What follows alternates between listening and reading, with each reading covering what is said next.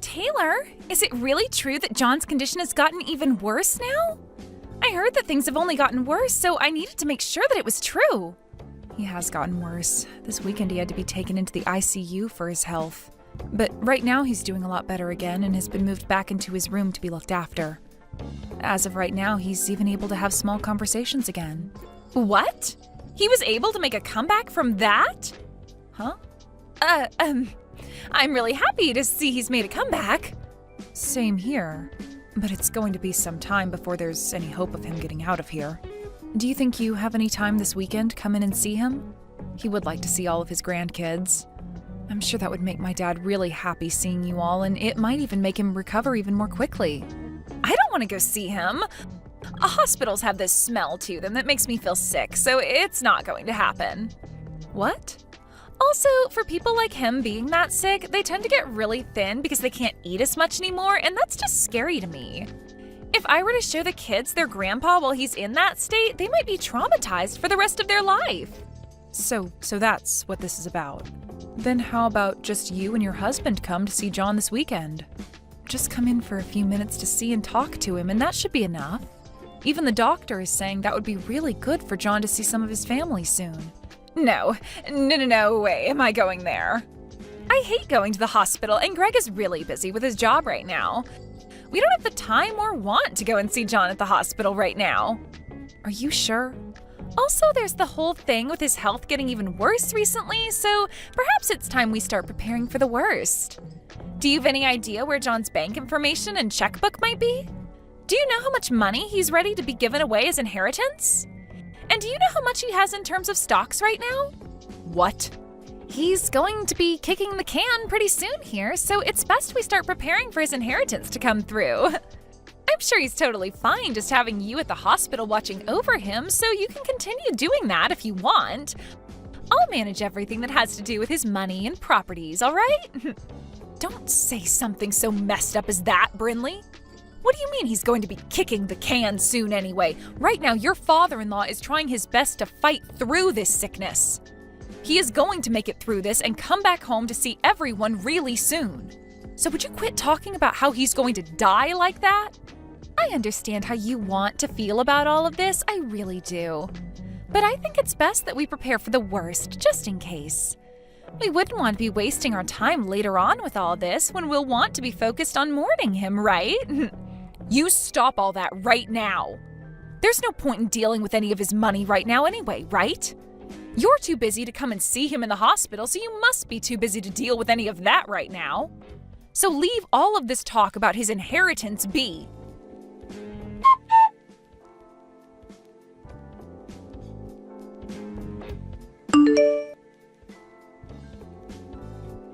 Greg, where are you right now?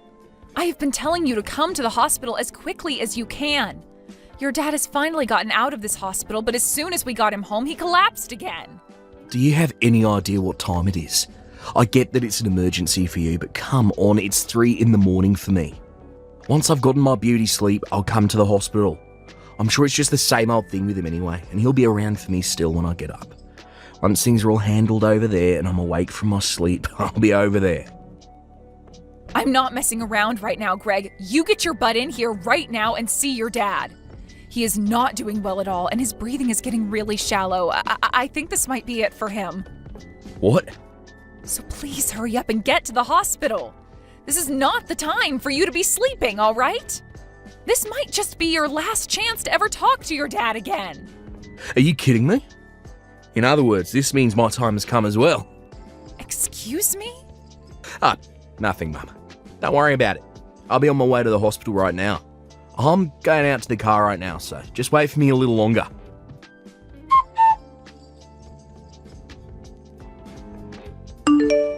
Hey, Brinley, what the heck do you think you're doing? What do you think you're doing kicking me out of there like that? The funeral is going to be starting really soon, you know? Hurry up and let me back into the building right now. I'm sorry, Taylor. There is a lot of appeal in this funeral for your son and I, so can you please just shut up and go home? Greg and I are going to be handling everything from now on, so you can go back home and mourn your husband in silence. Also, you happen to be in our way today, so please just get lost. I'm in the way. What the hell are you and Greg planning to do today with me not at my husband's funeral? I understand that Greg is the oldest of my kids, but he does not get to make the rules like that. Especially when he has no idea who all is going to be there for the funeral today.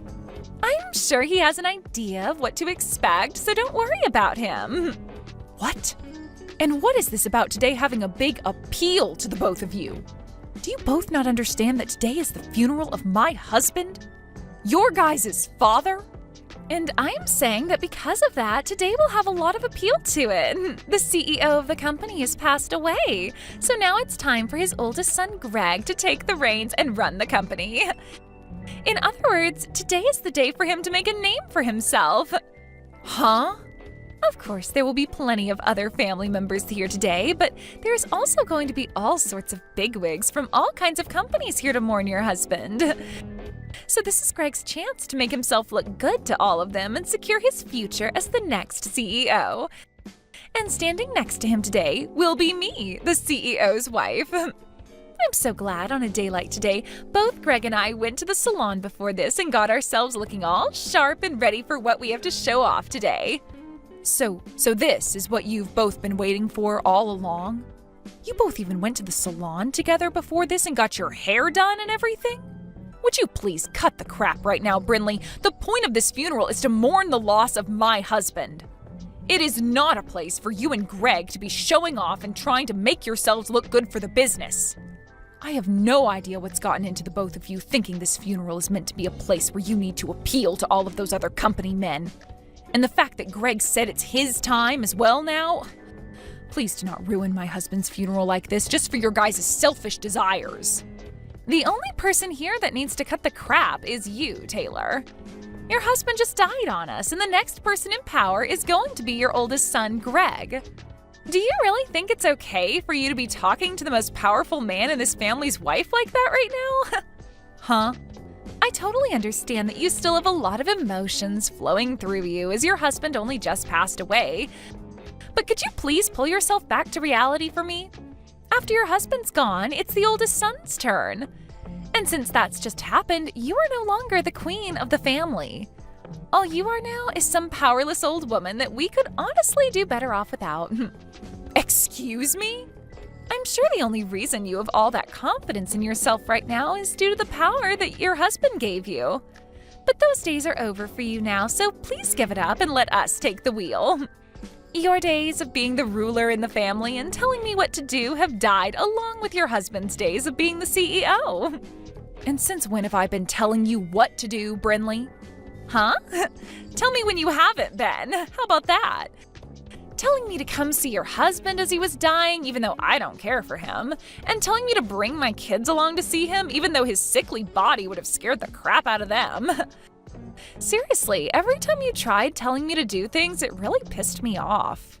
It's a waste of time to go out and see some old geezer that's about to die. Why would I ever want to do that? Did you really think that by having Greg and I there to talk to him and see him with you, he'd start to recover from whatever BS sickness he had?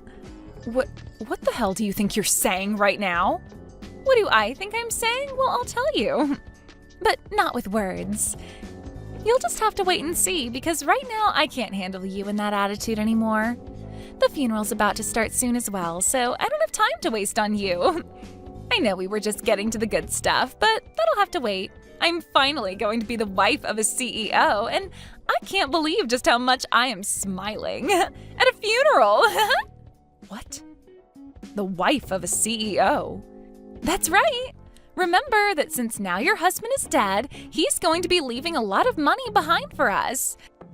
So we're going to be taking all of that money and everything, as well as taking over the company he's left for Greg. I thought that was pretty clear to you already, though.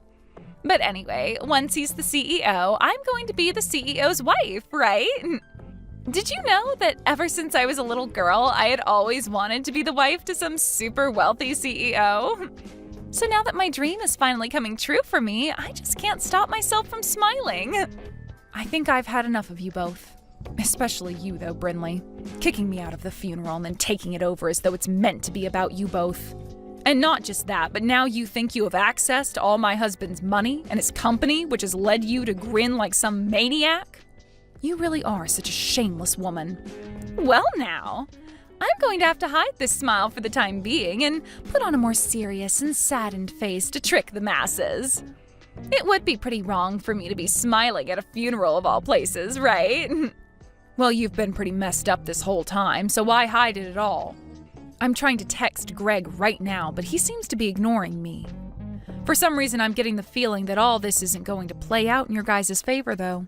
Now, I'd like you to leave the premises at once and head back home with your mouth shut for us. The CEO of the company has struck out, and the next up to bat is his oldest son. And me being his wife means that I'll become the wife of a CEO. Greg isn't even a part of the company. What? Yet you still believe that he's going to be able to get into the company and become the CEO of it right away? You must be so excited about becoming the wife of a CEO that you totally forgot about common sense. I'm sorry, but the next CEO of the company has already been decided. And of course, since Greg hasn't been working for the company at all, he is not going to be the CEO. If you understand that now, I want you to open the door for me and let me back inside. What do you mean he's not been working for the company? Greg has told me that ever since he graduated from college, he's been working for his dad's company. And when was it that he told you that? It's been 3 years now since Greg was fired from his dad's company. Huh? He was fired? Yep. He was awful at all of the work he was left to do, and that really started to piss his dad off a lot. Of course, when he got fired, it was during a time where he was supposed to be taking care of a really important customer to the company. But he cried about having to do all that work and bolted from his responsibilities. That then pushed his dad over the edge, and he said he was no longer going to deal with Greg anymore. Although my husband's first thoughts were to make Greg the next CEO someday, those thoughts quickly disappeared, and the next thing he knew, he was firing Greg. What? Wait. I never heard anything about all those events. Also, Greg has been going to work like nothing's changed forever now. Perhaps right after being fired, he was able to find some other company that hired him. I'm not sure where he could be working now, but Greg is your guys' oldest son, right? And that means he should be the next in line to take on the company from your husband. Nope. John has made it very clear to everyone at the company that the next person to be the CEO will be his son, Marcus, Greg's little brother. John told everyone that he couldn't trust his oldest son with taking on the company, so he'd be letting his second oldest handle everything next. Huh? He's letting Marcus be the next CEO? And he told that to everyone in the company already? He even wrote that down in his will. What? You were the one that told me to start thinking about all of that while my husband was still in the hospital, right? About things like his inheritance and properties? I took that as meaning I did need to get on top of some of those things, so I went and started talking to John about everything he would be leaving behind. Also, when he was out of the hospital for a day, he got one of his lawyers to come over and we wrote a new will. And you're telling me that part of the will says for Marcus to take over the company next? Unlike his dad, Marcus is a very calm and composed man. But even so, he happens to be very good at doing business and has the proof to show for it. Even other employees within my husband's company say great things about how well he does his work. For a little while, he had only been working with his dad after Greg got fired, of course, and started learning what it means to lead a company. So this was always going to happen. Marcus becoming the next CEO. But just to make sure there'd be no hiccups, we wrote it down in John's will. You're lying. There's no way. The next CEO should be the oldest. And Greg is the oldest son to John. I've never even heard of an instance where the oldest was skipped and the next in line was given the company. Well, John had no other choice. His oldest was far less competent at his job than he had thought. Huh? I'm so happy that today Marcus wasn't able to make it to the funeral. I'm sure he feels bad about having to be in New York for a business trip and all right now, but at least he doesn't have to be here when his stupid older brother and moron sister-in-law are right now. I'm sure if he was, then things would only become more messy for him. There's no way this is happening. Even Greg was saying that his time had come to me. He was so freaking excited to be the next CEO of his dad's company. Well, I can go tell him the truth right now for you, so please let me inside the building. And honestly, I'm not going to worry too much about you both believing in a fairy tale because I want to focus on my husband's funeral. Everyone else is patiently waiting for the funeral to begin, so please let me in right now. Wait. Who cares about the funeral right now? Greg and I are far more important at the moment. This is about my dream, after all. Right now, that dream is in danger of never coming true for me. So this is not the time for people to be worried about someone who's already dead. Well, if that seems to be the case for you, then I want you to go home right now. I'm not holding back anymore. I am going to the front of the building right now, and I'll let the funeral director know that you no longer should be allowed in this funeral. Actually, I'll let them know that both you and my oldest son are not allowed in here. Then you both can be escorted out by them.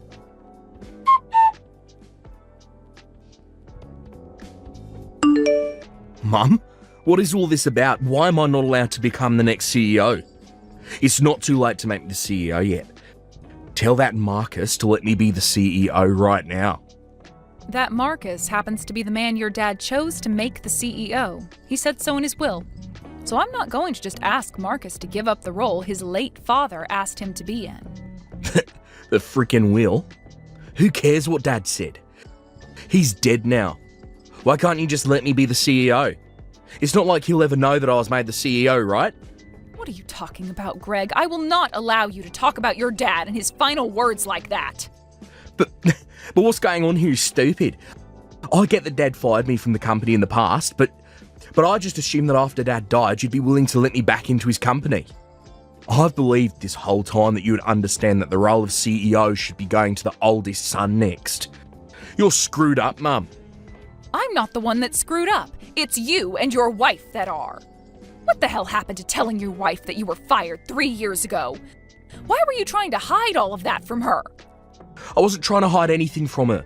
I just got lucky and made the money we needed from some slot machines. Slot machines? In other words, you gambled for the money you needed? Hold it right there. So you're telling me that you didn't even end up getting hired by another company after being fired? What the hell have you been doing ever since your dad fired you? I gave up on working and have been making all the money I need from slot machines. I've been on a massive winning streak for a while now, so I brought in more than enough money to support both myself and Bryn Lee. You are a dad, Greg. You have children. And yet you're telling me that this whole time you've been risking your whole family's future on some slot machines? What the hell have you been thinking? I thought that after Dad died, I'd be able to get back to work for his company. Hell, I thought I'd be back in his company long before he died. I thought me trying to act all sad and depressed around him would get him to hire me back because he felt bad. Yet for the past few years, he never talked to me, so I never had a chance to lie to him about how I was feeling. This year, he decided to get sick. It's not my fault that I had to continue gambling while Dad was fooling around by not ever talking to me and then getting deathly ill. For Christ's sake. Yet now I have to sit here listening to you telling me that Marcus is getting the company. If that's how things are going to be, then who cares about that stupid company? Just give me the dang money he's left for me, and I'll shut up about everything.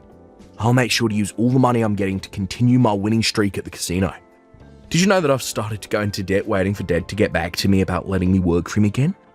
I've had to take out loans in order to keep playing the slots. If I don't start breaking even here, things are going to become really bad for me. You've been taking out loans now?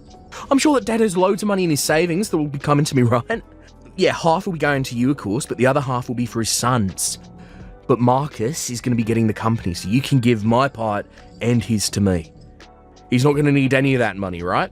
So give me the money, and while you're at it, give me whatever stocks he has as well, right? Greg, I have some very bad news for you. Your dad doesn't actually have all that much money left after he passed away. Huh? What the hell are you saying, Mum? There's no way he doesn't have tons of money still. He was the one that built that company and has been the CEO of it for over 40 years.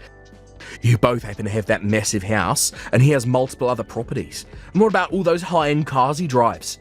How the hell are you able to tell me he doesn't have much of anything when he's got all of that? I'm sure you knew about how your dad ran his company all by himself, right? And of course he has a lot of land and some pretty nice cars that he drove around a lot when he was younger. But over time he's been putting all those things into his company, and now the cars and land are considered company assets.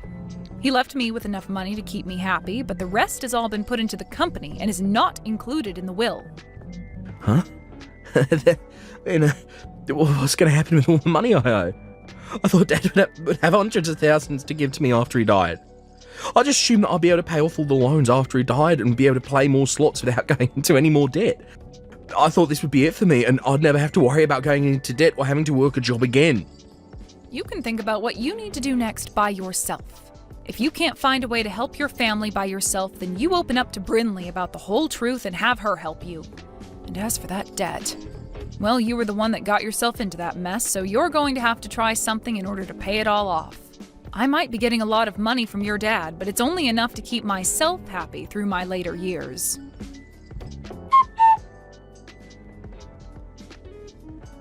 I have something I really need to ask from you, Taylor. Can you please make Greg the CEO of the company? I'm sure that everyone within that company, as well as all the customers, want him to be the next CEO. I know for a fact if you don't make the oldest son the next CEO, then you'll be making the whole company look bad. Well, listen to this, Brinley. All of the employees within the company, as well as all the other businesses that are customers to it, have asked for Marcus to be the CEO. He's already been around all of them for years now, and every single person trusts that Marcus can get the job done right. But there is one very important problem with Marcus.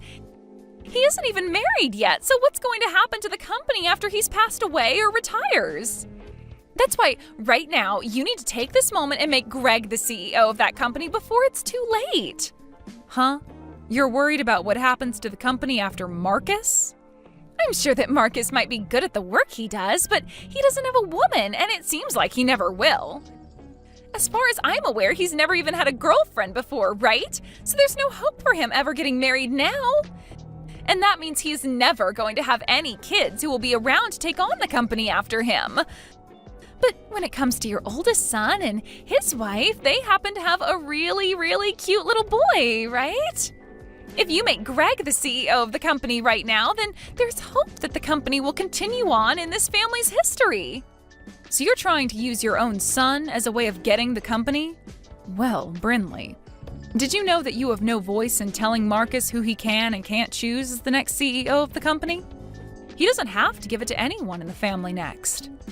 He has every right to pass it on to one of his best employees, or he might even want to sell the company to someone else.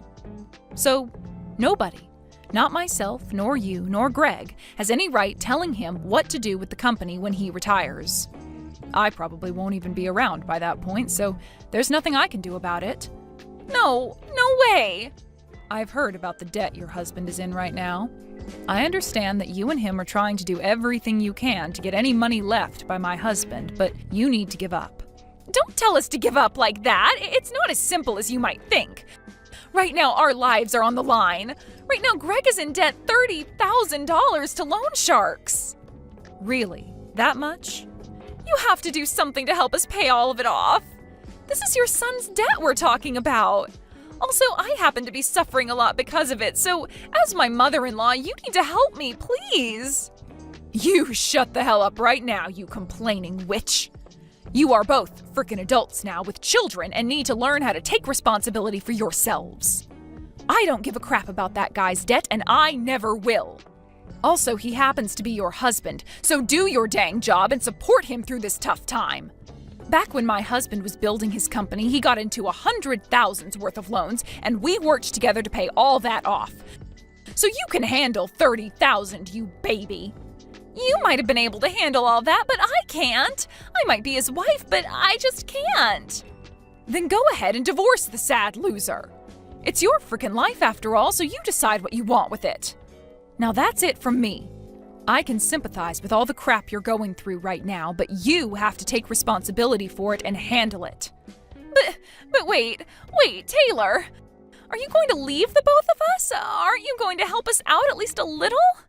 You know dang well I'm leaving you both. I hate you guys with every bit of my heart. What? You tried to kick me out of my husband's funeral. You then went around smiling about the fact that you could use his funeral to make yourselves look good. I don't plan on ever forgiving either one of you for something as cruel as that. Yet now you're asking for my help? Absolutely not. No, wait, Taylor, that was, No, I'm going now. I don't hold any of this against my little grandkids you've given to me, but you and Greg deserve to receive all of my hate. So I really hope that you two can figure something out, for their sakes.